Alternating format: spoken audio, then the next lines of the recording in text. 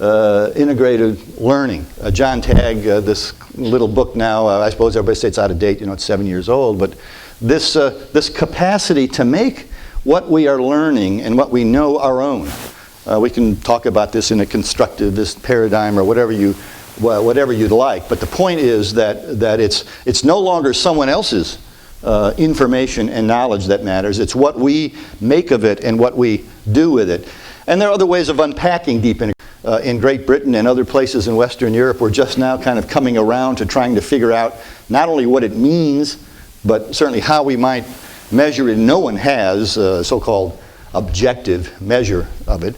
But you can see some of the, if you will, some of the factors, some of the ideas that deep learning is to represent. And all of these things, again, given the backdrop, the wonderful backdrop we had yesterday afternoon and last evening, you can see how students developing a capacity to be able to perform in this way is absolutely essential, given the complicated, rapidly evolving nature of the world in which we live. And certainly this last point, being able to adopt the perspective of the other, never more important than it is today, with so much misunderstanding about what people want out of their lives and how they think it is best to try to attain it. So I'm going to come back to this idea of deep integrative learning a little bit later, because I think it has some implications for how we think about our work and how we think about character development. Just a couple of weeks ago, Sandy mentioned the AAC&U meeting a couple of weeks ago and the number of assessment sections there. Another thing that was released there was this most latest round of information gathering by Hart Associates on behalf of AAC&U about what employers want from us. Well, more specifically, what employers want our college graduates to look like, to know, to be able to do. And you can see they talked with some 300 employers from different places and so forth and so on. And the short version of this is, no surprise, employers are kind of like deans. They want always more. Whatever it is, we want more of it. And so employers are quick to agree that given the complexities that they are dealing with and the increasingly competitive global environment, so forth and so on, our employers need to be able to do more. They need to be able to work more effectively with other people. Yes, everything they do today is much more complicated and challenging, so they need higher levels of learning. These are key statements. Now, moving more to what they think we need to emphasize to get there, you see at the top of the list, almost 9 out of 10 saying, yeah, folks need to be able to write and communicate more clearly, analytical reasoning and so forth and so on. But the point I was making yesterday, you got 3/4 of the employers saying we ought to be paying more attention in helping students deal with ethical issues and making enlightened judgments about these things. Now, there are a lot of things that employers want more of. I mean, and this list continues. And it gets a little less uplifting, because you can see down at the very bottom here, only 2/5 of employers say it's important. We ought to be spending more time on helping students understand the relevance, the meaning, the value, if you will, of democratic values. All this is to say, employers are not immune. They're not even agnostic about this matter. They understand how important it is, and they want us to figure out how to do more. Well, one of the ways into this, in fact, it's one of the few unequivocal findings that we can look at out of the literally thousands of outcomes studies we have, is the role of student engagement, quality of effort, involvement, time on task. And the buzzword today is student engagement. 3 years from now it may be something else, but the point here is, as Ernie Pasquarella, Pat Teranzini, I'm sure most of you are familiar with that, the massive syntheses they've done now twice in their careers.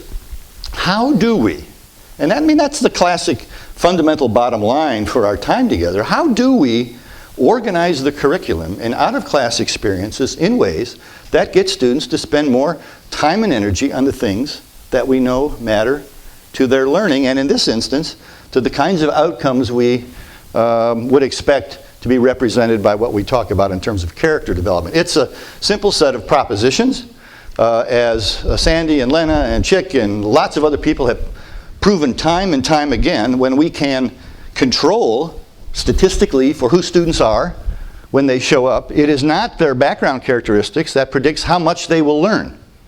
It's what they do when they're with us. It's like any other really aspect of our lives. It's not what we think or want. It's whether we're willing to do things to bring them about. And then on the margins anyway, on the margins for us, what we do matters.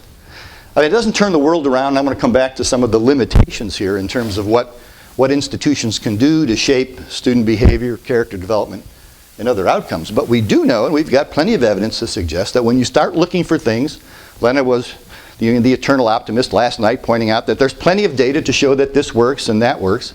Our failure is, frankly, we don't do as much of it as we could or should, and I hope we have time to talk about this. It turns out from all sorts of cost studies being done now, it's not a matter of money, really. It's not how much you have, it's where you choose to put it, and we know there are places that are making wise, so-called intentional decisions about where to put money. I'm not going to be talking much about that, and we know what these things look like. So, as Chick mentioned yesterday, we've seen these conditions over and over again. This is probably Chick and Z. Gamson's work, probably the most widely disseminated single piece, multiple, hundreds of thousands of copies of these simple but profound conditions. And in fact, they're so simple and they have so much face validity, it's easy to write them off. But as you look at each one and as we dig deeper into each one, they become much more complicated. And the notion, for example, the notion that student-faculty interaction matters is generally true, but not always. Generally true, but not always. And in the early days, I think particularly those of us in student affairs made the mistake of interpreting this as more is better. And yet we now have, I think, fairly convincing evidence that more is not the key, it's what. What's the nature and substance of the interaction? And we can go through each of these and peel it back and find out under what conditions, what types of students, where these things will in fact have the greatest impact. We'll come back and talk just a little bit more about that later. And this was the basis, Chick said yesterday, these ideas were the basis on which Nessie and SESI, its two-year counterpart, and I'm not going to spend a lot of time talking, I'm just going to make the assumption that most of you are familiar with what these two instruments do, but the point is that they are short and they're focused on all of the work, much of the work that's represented by the scholars and others in this room in terms of what matters to desired outcomes of college. And then again, if you're from an institution that's used this, and if you've ever seen your results, it's amazing how many schools have used it, and then it's also amazing at how few faculty from those places know that the school has the data. But the point is, to get some general, more widely accepted language about what we're talking about here, we often talk about these 5 so-called benchmarks or clusters of effective educational practices. Now, I want to remind myself later to say one of the things that is now clear to me is the failure of Nessie to privilege character development. Because we almost never talk about it, I say the Nessie reports almost never talk about it, and because we don't spend much time talking about self-reported outcomes, it's where we could probably get some more attention and gravitas. We'll come back to that a little bit later. But each of these things has its own impact on the kinds of outcomes I think that we're here to talk about. And the short version is because we had all of the work that pioneers have done in the field, people here at this meeting and others, yes, just as we have now affirmed over and over again, the more engaged the student, generally speaking, the better their grades, the more satisfied they are, the more likely they are to stay. And the connections now with desired outcomes, in addition to student self-report, we now have some we've always had data from individual institutions. It's been much more difficult to get so-called objective instruments in the game so that we can convince the naysayers that students, by and large, are relatively accurate reporters about what happens to them in college. Fact of the matter is they do overstate things. to some degree. But then